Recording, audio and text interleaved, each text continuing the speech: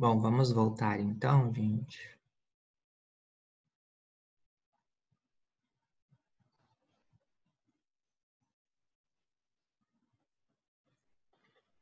Bom, como uso terapêutico, né, os beta-bloqueadores cardioseletivos são úteis em pacientes hipertensos com função respiratória comprometida. Esses fármacos são também tratamentos de primeira opção contra angina crônica estável, né? E o bisoprolol e a formulação de liberação prolongada de metoprolol são indicadas no manejo de insuficiência cardíaca crônica. Como esses fármacos têm menos efeitos nos receptores beta-2 vasculares periféricos, né? O frio nas extremidades, que é aquele fenômeno de Raynaud que a gente falou anteriormente, né? É um efeito adverso comum dos beta-bloqueadores a menos frequente. Então, eles têm menos efeitos adversos, né? E principalmente não têm ação, né? Em pessoas com problemas pulmonares.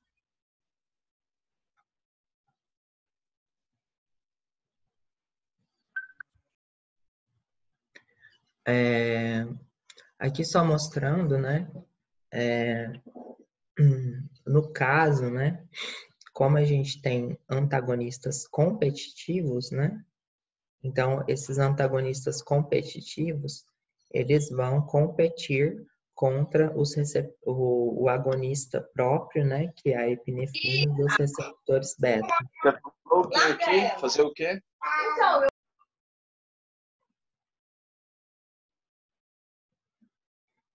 Certo? E também nós temos alguns agonistas parciais, né? No caso do pindolol e o acetobutalol. O que é isso, né? Eles têm uma ação no receptor beta-1, ok? Mas eles têm uma ação muito menor do que os outros agonistas. Então, a gente comparando a ação, né, no sistema nervoso simpático, com a presença desse fármaco e sem o fármaco, a gente observa uma ação diminuída, ok?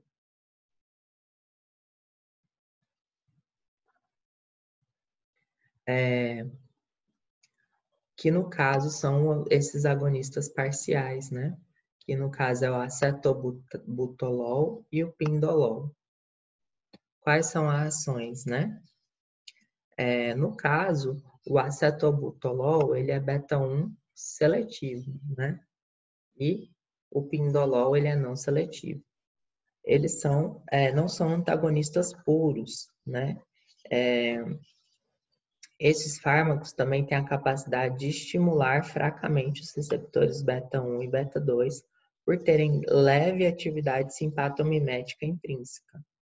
Esses agonistas parciais estimulam o receptor ao qual se ligam, mas inibem a estimulação pelas catecolaminas mais potentes, que no caso é a epinefrina e norepinefrina, né? Que foi o que a gente explicou naquele desenho anteriormente mostrado, né?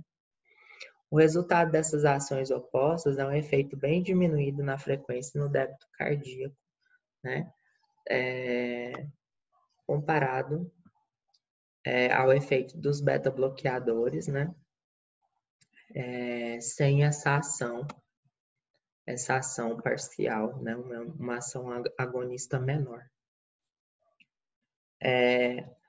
Os beta-bloqueadores, né, minimizam os distúrbios metabólicos dos carboidratos, né? Como ele tem uma ação, né, agonista pequena, né? Então ele vai diminuir esses efeitos, no caso, no metabolismo de carboidratos e lipídios.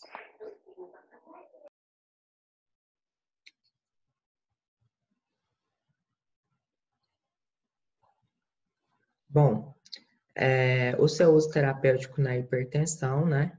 Eles são eficazes em pacientes hipertensos com bradicardia moderada, né? Como a sua ação não é tão grande, então, quando a pessoa tem bradicardia moderada, pois uma redução adicional da frequência cardíaca com esses fármacos é menos pronunciada.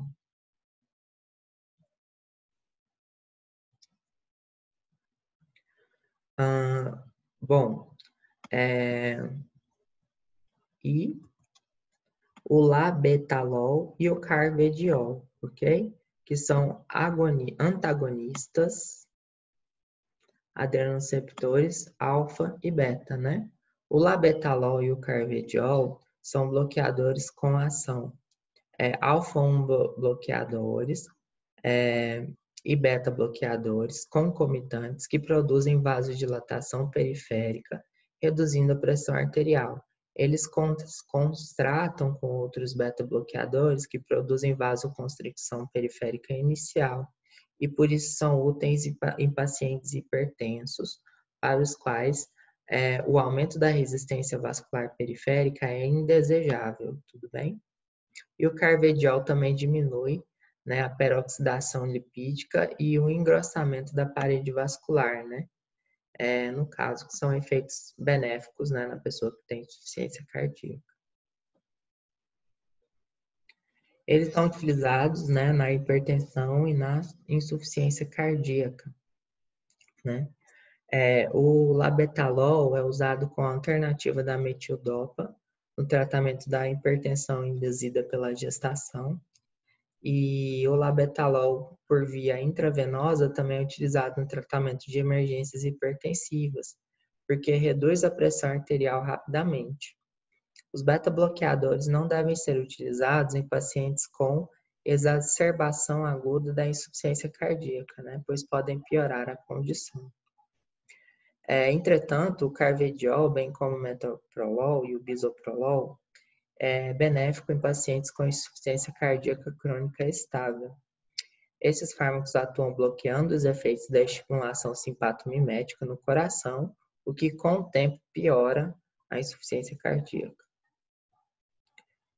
Como efeitos adversos, né, nós temos hipotensão ortostática, porque ele também inibe os receptores alfa-1, certo?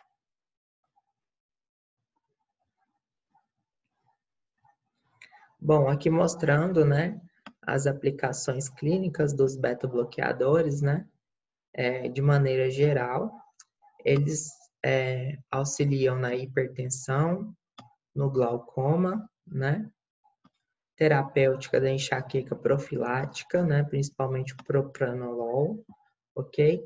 Na tirotoxicose, que é um aumento da ação dos hormônios tireoidianos, profilaxia das arritmias após o infarto do miocárdio, taquicardia e a angina do peito. Tudo bem? São as principais ações dos fármacos beta-bloqueadores.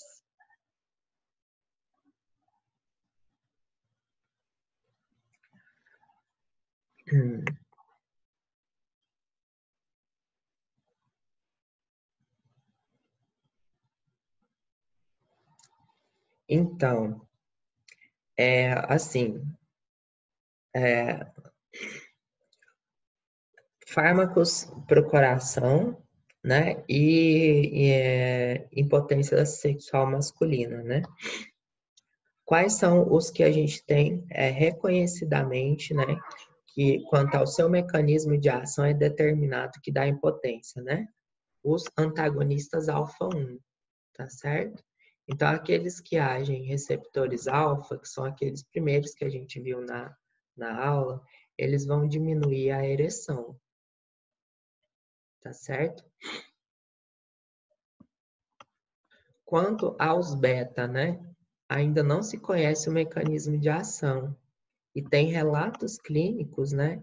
Que quem usa medicamento para baixar a pressão, os beta-bloqueadores, também tem algum efeito na condição sexual, certo? Então, de maneira geral, a gente pode falar que sim, que tem algum efeito no desempenho sexual masculino, tá bom? Mais pronunciado, principalmente, né? Muito principalmente falando, nos antagonistas alfa, ok?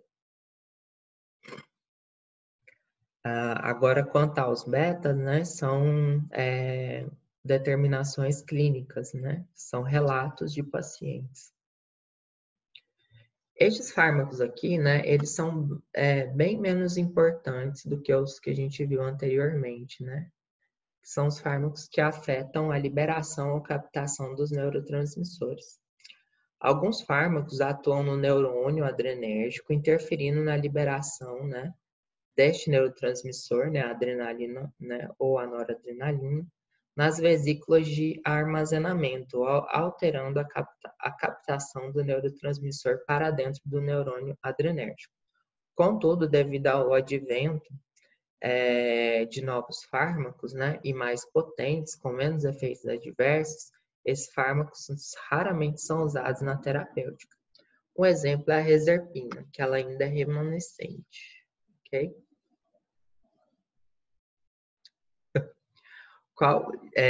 Qual fármaco que aumenta a ereção, gente? Vocês sabem?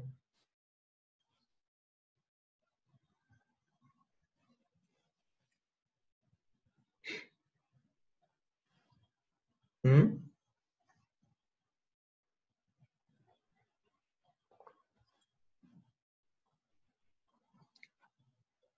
Vocês sabem qual que é a diferença entre ejaculação e ereção, né?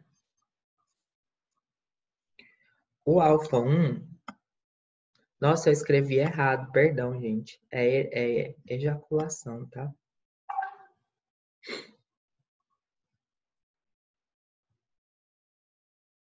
Escrevi errado. O que melhora a ereção é o Viagra, o sildenafila. Lembra que eu falei para vocês que o sildenafila ele diminui a ação da enzima fosfodiesterase 5 e essa fosfodiesterase 5 ela aumenta o AMP cíclico, a quantidade de AMP cíclico dentro das células dos corpos cavernosos e vai induzir, no caso, né, um aumento da pressão sanguínea lá dentro dos corpos cavernosos, e é o que deixa o órgão ereto, tudo bem? Então, o que aumenta a ereção, né, é o sildenafila. Então, a gente fala que ele não melhora o desempenho sexual, né? Ele não dá libido, não dá nada, né? Ele só aumenta a ereção peniana. E o que promove a ereção peniana são receptores parasimpáticos. E o que produz a ejaculação é o alfa 1. Eu falei errado para vocês, perdão, tá? Tá respondido? Quem perguntou? Não, é justamente isso, é porque o senhor tinha colocado lá a palavra errada, e eu fiquei na dúvida e eu perguntei. É isso mesmo. Obrigado, viu?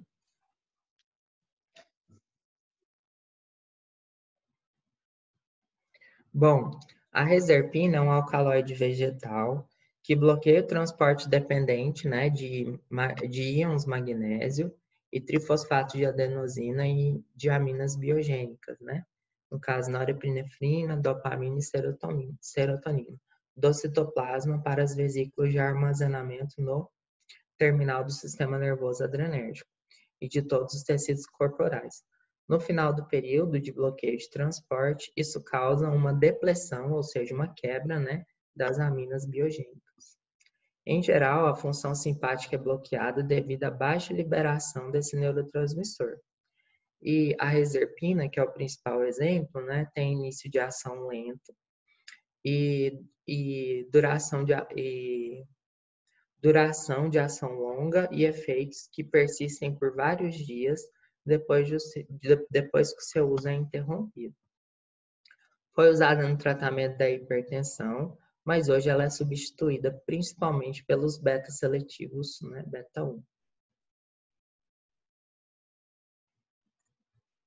Bom, aqui está mostrando, né, os seletivos, né, e as principais utilizações, né. Então, a gente pode falar que os principais fármacos utilizados são os seletivos beta 1, né? Então, quando a gente tem seletividade beta 1, a gente tem diminuição dos efeitos adversos e a gente tem uma melhora no tratamento, ok? Bom, gente, alguma dúvida? Tranquilo? Seguinte, vamos fazer o exercício então? E aí depois a gente volta para corrigir, pode ser? Agora são 9h50, acho que a gente pode voltar 10h20, tudo bem? E aí 10h20 a gente volta, corrige o exercício em 10 minutinhos e aí a gente finaliza por hoje. Pode ser? Sim, professor. Oi? Um artigo que o senhor colocou no Google Class.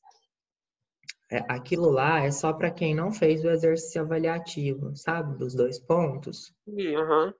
Quem não fez, aquele lá é a reposição para a pessoa não ficar sem ponto, tá bom? Ah, tá. Tá Agora, bom, quem então. fez, não precisa fazer, tá certo? Tá Ok? bom, então. Obrigado. Professor, e aquela Oi. lista dos nomes que eu ia passar, que você disse que ia fazer? Lista? Qual lista? Lista dos nomes de quem fez essa atividade avaliativa junto com a nota. Ah, é mesmo, eu esqueci de colocar, né? Tem gente que não sabe se fez ou se não fez? Porque não chegou no e-mail, colocou e-mail. Tá certo. Eu vou arrumar isso hoje para vocês, tá bom? Certo? Obrigado. Tá bom?